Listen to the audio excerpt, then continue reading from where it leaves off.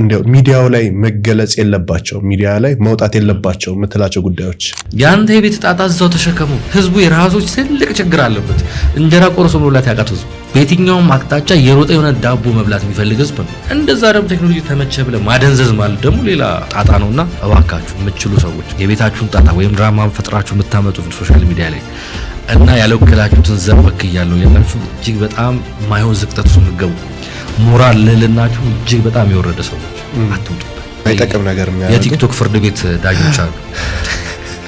እግዚአብሔር አንተ ፍርድ ቤት የያዘ ኬዝ ፍርድ ቤት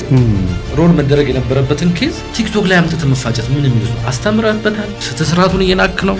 አይ ነው ሚዛናዊ ነው ፍትስራቱ በጣም ይጓደል ነገር ግን ቡና ጠጡ ወሬ ይዘህ ትመጣለህ በጣም ቶፕ ፖቴንሻል አላቸው ከምትላቸው ሰዎች ጀምሮ ሲዘቅጡበት ታያል